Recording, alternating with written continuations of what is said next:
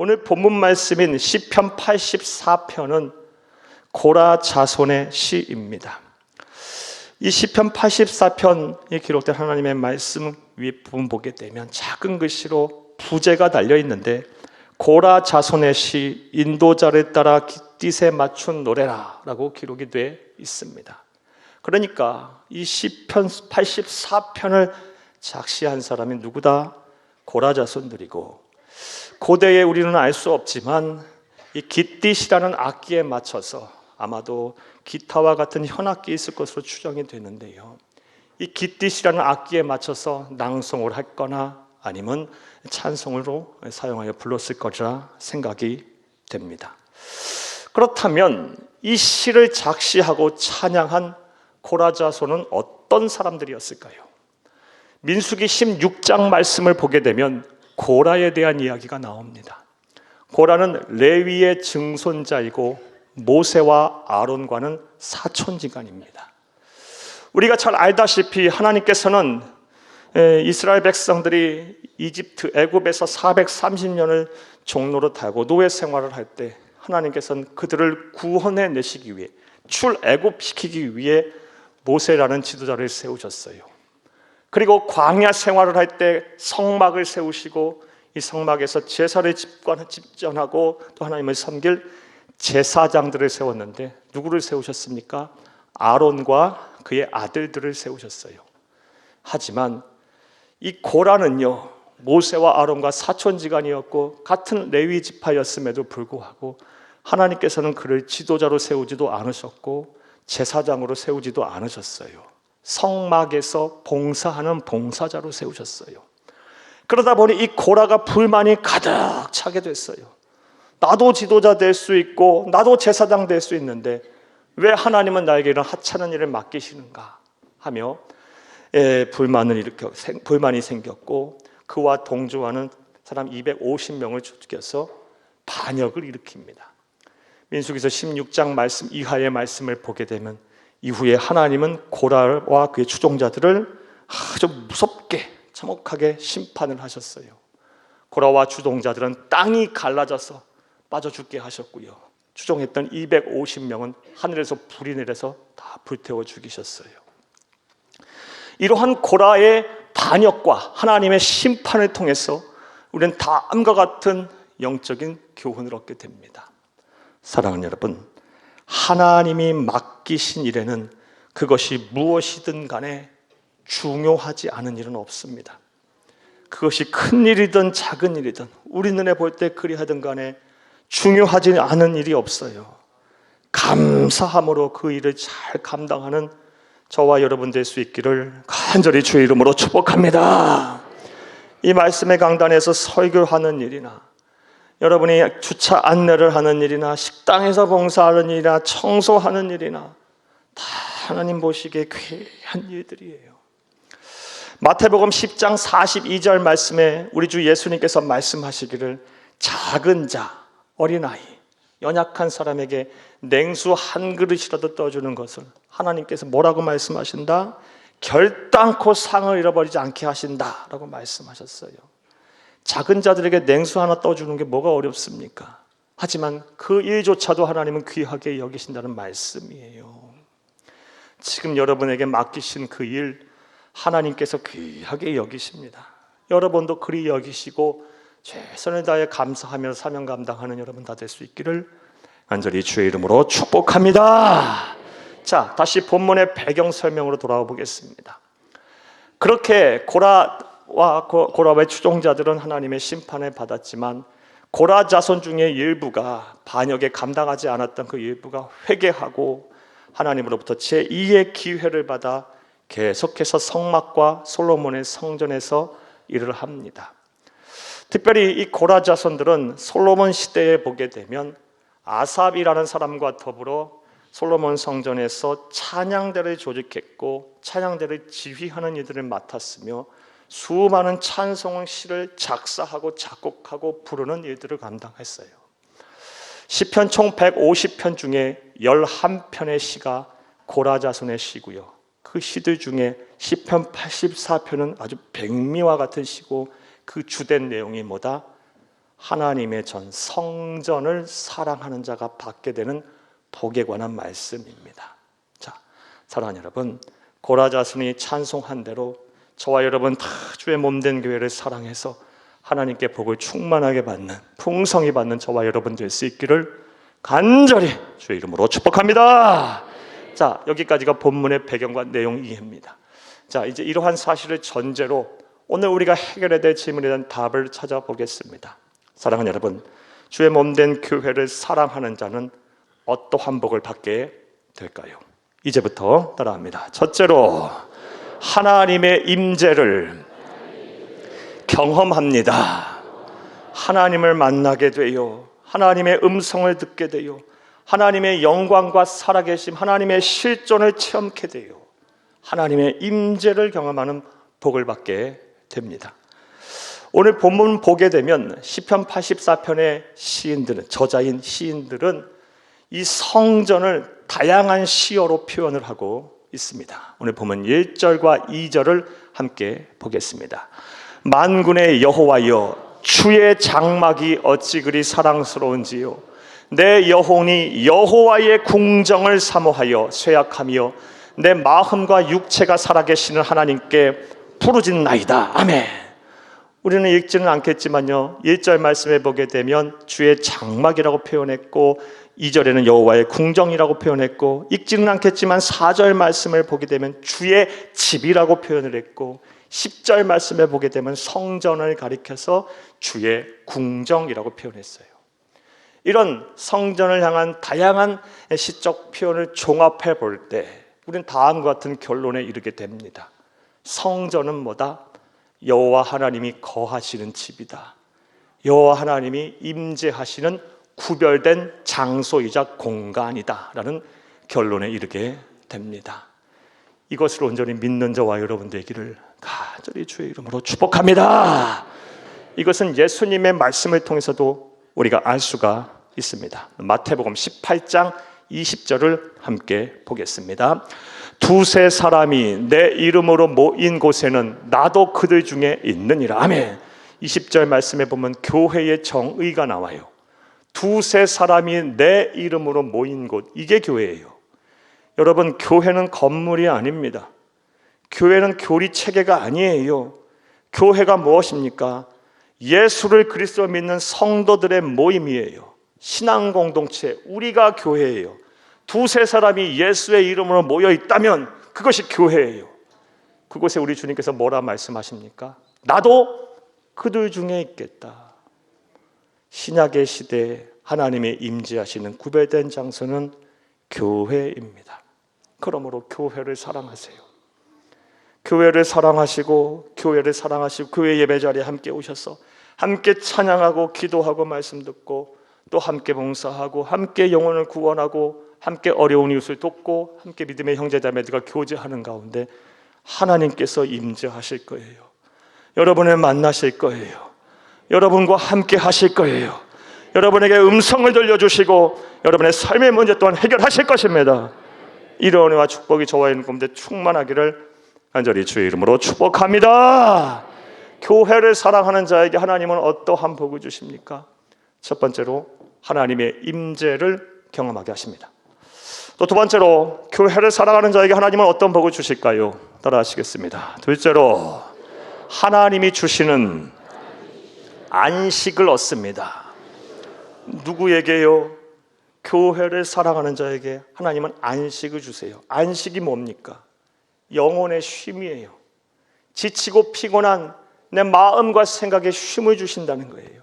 평안함을 주신다는 거예요. 사랑하는 여러분, 오늘 본문을 보게 되면 시편 84편의 시인들은 사람의 인생을 가리켜서 참으로 재미있게 시적으로 표현을 하고 있어요. 오늘 본문 3절을 함께 읽겠습니다. 나의 왕 나의 하나님 만군의 여호와여, 주의 제단에서 참새도 제집을 얻고 제비도 새끼들 보금자리를 얻었나이다. 아멘.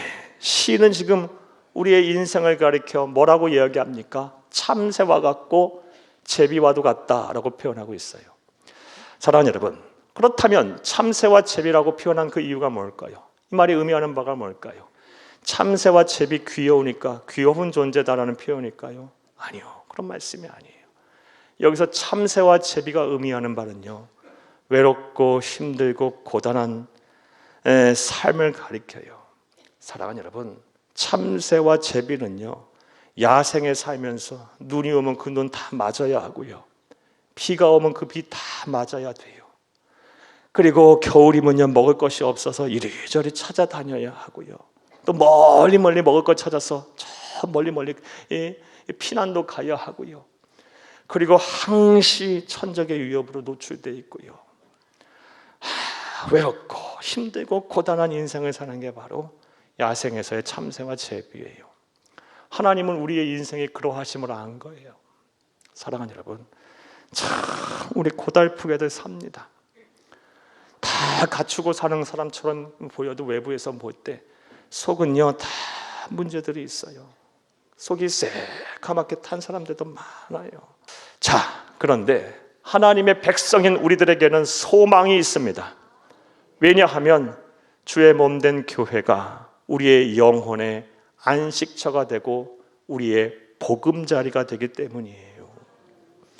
사랑하는 여러분, 그러하기에 교회를 사랑하세요.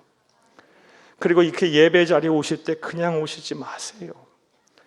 형식적으로 예배 드리지 마시고요, 그리고 누군가에 끌려와서 억지로 예배 드리지 마세요.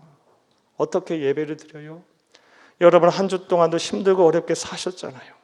한 주간 정신없이 사셨잖아요. 여러분 한번 생각해 보세요.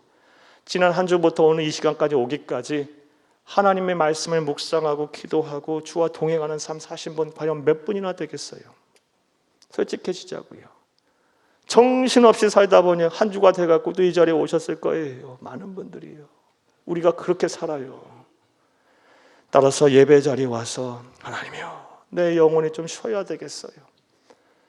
내 마음이 좀 편안해져야 되겠어요. 안식을 좀 주세요. 이런 은혜를 사모하는 마음, 그리고 내 영혼의 쉼을 얻기를 구하는 마음을 가지고 예배를 드려보세요. 처음부터 끝까지 하나님이 가만히 여러분을 놔두지 않으실 거예요. 여러분의 상한 심령, 여러분의 주름진 영혼을 다 펴실 것이고, 상처 입은 심령들을 다 봉합하실 것이고, 야, 다시 시작할 수 있겠다, 다시 살 수 있겠다, 다시 해보자 라는 마음, 그런 용기와 마음들 하나님께서 여러분에게 허락하여 주실 거예요. 이 교회라는 것은요, 예수 다시 오실 때까지 어떠한 기능을 수행해야 하냐, 예수 다시 오실 때까지 이 교회는 하나님의 백성 그리스도인의 영적인 충전소와도 같아요. 사랑하는 여러분, 우리의 마음과 영혼이 방전되면 우리는 어디서 그 영혼과 마음과 영혼의 그런 에너지를 다시 충족하나요? 사랑하는 여러분, 충전하나요? 교회가 그 일을 감당하는 거예요. 예배를 그냥 소리 드리지 마세요. 여러분 꼭 그런 마음으로 감당해 보세요.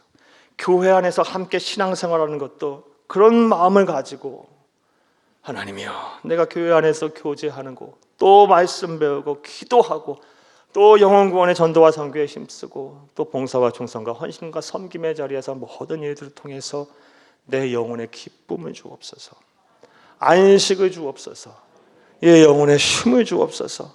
설령 몸은 좀 피곤하고 지칠지라도 마음이 천국이 되게 하옵소서. 그런 마음 갖고 신앙생활 교회 안에서 해보시고 예배도 드려보세요. 우리는 그렇게 살아야 합니다. 우리가 어디에서 영혼의 안식을 얻겠어요? 우리 그리스도인들은 교회가 영혼의 쉼터이며 영적인 충전소임을 믿으시기를, 안식처임을 믿으시기를 간절히 주의 이름으로 축복합니다. 교회를 사랑하는 자에게 하나님 주시는 두 번째 복은 우리의 영혼의 쉼을 주세요. 안식을 주십니다. 세 번째로, 교회를 사랑하는 자에게 하나님은 어떠한 복을 주실까요? 따라 하시겠습니다. 셋째로, 하나님이 주시는 힘을 얻습니다. 여기서 말하는 힘은요, 매일매일 살아갈 힘이에요. 매일매일 살아갈 능력, 하루를 살 수 있는 능력을 말해요. 사랑하는 여러분, 세상의 사람들은 다양한 힘을 의지하고 그 힘을 얻기 위해 또 추구하고 삽니다. 열심히들 삽니다. 예를 들어 어떤 사람은 돈의 힘을 의지하고 살려고, 살고 있고 또 그것을 추구하고 살겠죠. 또 어떤 사람은 사람이 그렇게 중요하겠죠. 또 어떤 사람은 건강, 지식, 정보 뭐 한둘이겠습니까? 다 의지하는 바가 비슷하거나 또 다를 거예요. 물론 하나님의 백성은 우리 그리스도인들 그런 거 무시하고 살 수 없어요. 그런 거 다 우리에게도 필요해요.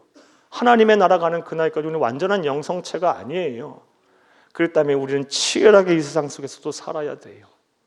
그런 세상에서 우리가 누려야 할, 또 가져야 할 힘들, 여러분에게도 하나님께서 충만하게 주시기를 간절히 주의 이름으로 축복합니다. 그런데 이것 말고도 우리는 반드시 소유해야 할 힘이 있는데, 무슨 힘이 우리에겐 필요하냐? 하나님이 베풀어 주시는, 하나님이 공급하시는 이 하나님이 주시는 힘이 또 필요해요. 왜냐하면요, 우리는 그리스도인이에요. 믿음을 지키고 신앙을 지키고 사명을 감당하면서 세상에 맞서 싸워 이기며 승리하며 산다? 이건 거의 불가능에 가까워요. 우리 힘만으로는요. 여러분 생각해봐요. 하나님이 주시는 힘이 내게 공급되지 않으면 어떻게 믿음 지키며 세상의 사람들과 경쟁하며 치열하게 삽니까? 신앙 지키며 어떻게 삽니까? 하루에도 수백 번 수십 번 마음과 생각만 흔들릴 텐데, 상처받을 텐데, 아플 텐데, 고단할 텐데, 하나님이 공급해 주시는 힘이 우리에겐 필요한 거예요. 매일매일 필요한 거예요. 자, 그렇다면 이 하나님이 공급해 주시는 힘은 어떻게 하면 얻을 수 있을까요? 그 방법이 오늘 보면 5절에 나옵니다. 5절을 함께 보겠습니다. 주께 힘을 얻고 그 마음의 시온의 대로가 있는 자는 복이 있나이다. 아멘. 일단 해석부터 할게요. 5절 말씀, 히브리어 원어 성경을 보게 되면 두 가지 의미로 해석을 할 수 있어요.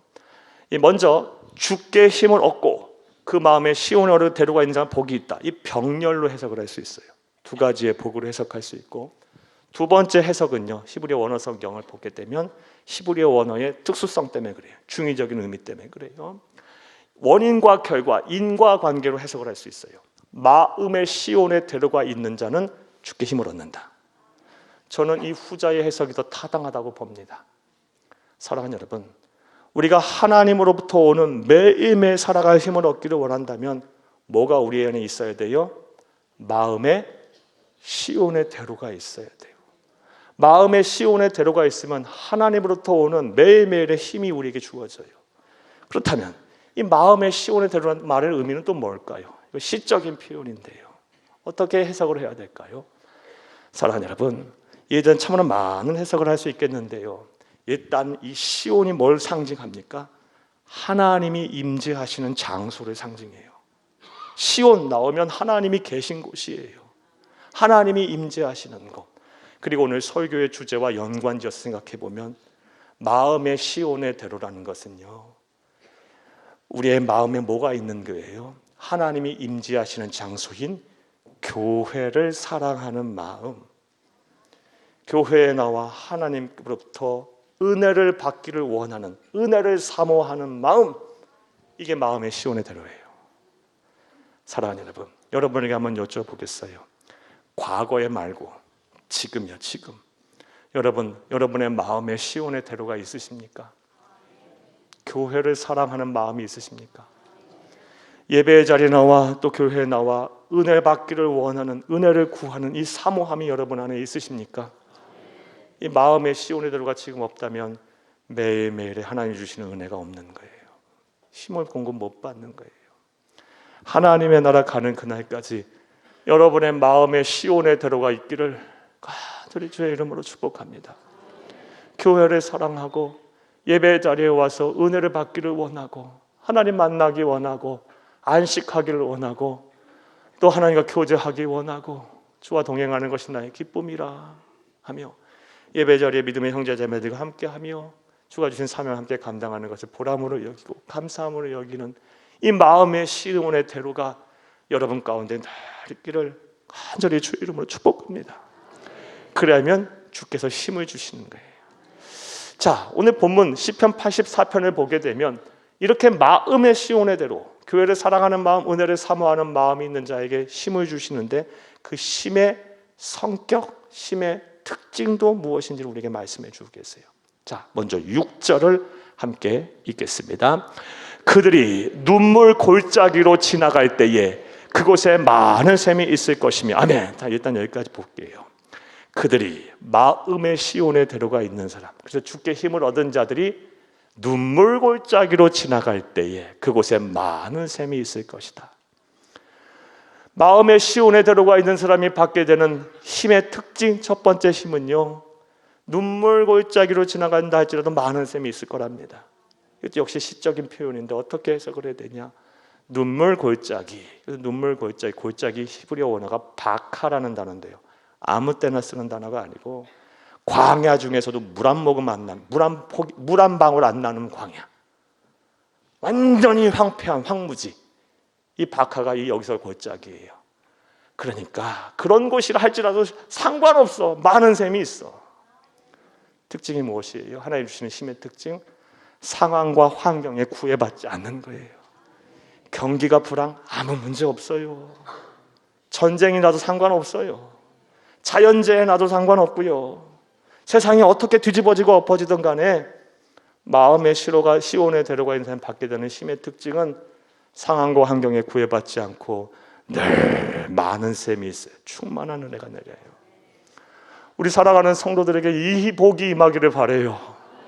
맨날 경기 타고 맨날 시대가 변하고 환경 달라진다고 해서 이리 휘둘리고 저리 휘둘리면 어떻게 삽니까? 매일매일 그냥 힘들면 어떻게 합니까? 매일매일 맞춰 살아야 되고 적응하며 살아야 되려면 힘들어서 어떻게 삽니까? 사랑하는 여러분, 우리 성도들에게는 하나님께서 복을 주시되 어떤 힘을 주시냐? 눈물 골짜기로 지나갈지라도 많은 샘이 있는 축복, 환경과 상황에 지배받지 않은 항상 넘쳐나는 축복, 이런 복이 여러분 가운데 임하기를, 이런 힘을 하나님께서 여러분에게 주시기를 간절히 주의 이름으로 축복합니다. 또 마음의 시온의 대로 교회를 사랑하고 은혜를 사모하는 사람들에게 주시는 하나님의 힘의 또 다른 성격, 6절 다시 한번 읽겠습니다. 그들이 눈물 골짜기로 지나갈 때에 그곳에 많은 샘이 있을 것이며 이른비가 복을 채워주나이다. 아멘. 이른비가 복을 채워주는 축복, 힘의 특징이랍니다. 자, 이게 무슨 말일까요? 이스라엘 땅은요, 팔레스타인 반도는 1년에 딱 2번 비가 오는 사막 건조 기후입니다. 이른비가 10월경에 안 내리면요, 땅이 메말라서 농사 못 져요. 파종이 안 돼요. 뿌려봐야 어떻게 돼요? 발화가 안 돼요. 이른비 반드시 내려야 합니다. 또 늦은 비가 3월이나 4월경에 내려야 이 씨앗이 발화된 게 자라나서 열매를 맺어요. 비 그때 안 내리면, 이른 비와 늦은 비 안 내리면 농사 망칩니다. 오늘이야 뭐 관계 시설이 잘 돼서 1년 12달 농사 짓겠지만 이 성경의 시점에서는 천수답 아닙니까? 하늘에서 비 안 내리면 망하는 거예요. 그런데 이른 비에 복을 주신답니다. 이게 뭘 의미해요? 버스 떠나고 나서 복 주시면, 힘 주시면 그것도 은혜이긴 하지만, 사랑하는 여러분, 이왕 하나님께서 힘을 주실 것 같으면, 복을 주실 것 같으면 내가 정말 내게 지금 필요한 순간에, 정말 내가 지금 이 갈급할 때, 간절히 원할 때 그 복을 주셔야 되지 않겠어요? 우리 사랑하는 우리 모든 성도님들에게 하나님께서 이 복을 주시기를 원해요. 이 힘을 여러분에게 주시기를 원해요. 누구에게? 마음의 시온에 데려가 있는 자에게 주시는 힘이에요. 교회를 사랑하시고요, 하나님이 주시는 은혜를 사모하세요. 이 꼭 기억하세요. 하나님의 나라 가는 그날까지 교회를 사랑하고 하나님이 주시는 은혜를 아주 간절히 사모하세요. 그러면 마음의 시온에 데려가 있으면 주께서 힘을 주시되 이른 비에 내리는 복, 정말 필요한 순간에 여러분을 도와주실 것이고, 여러분은 강건케 하시며 여러분의 힘을 주셔서 그 어렵고 힘든 순간들을 잘 이겨내고 견뎌내게 하실 거고, 더 나은 삶을 살게 하실 거예요. 이런 복이, 이런 힘이 하나님께서 여러분에게 충만하게 주시기를 간절히 주의 이름으로 축복합니다.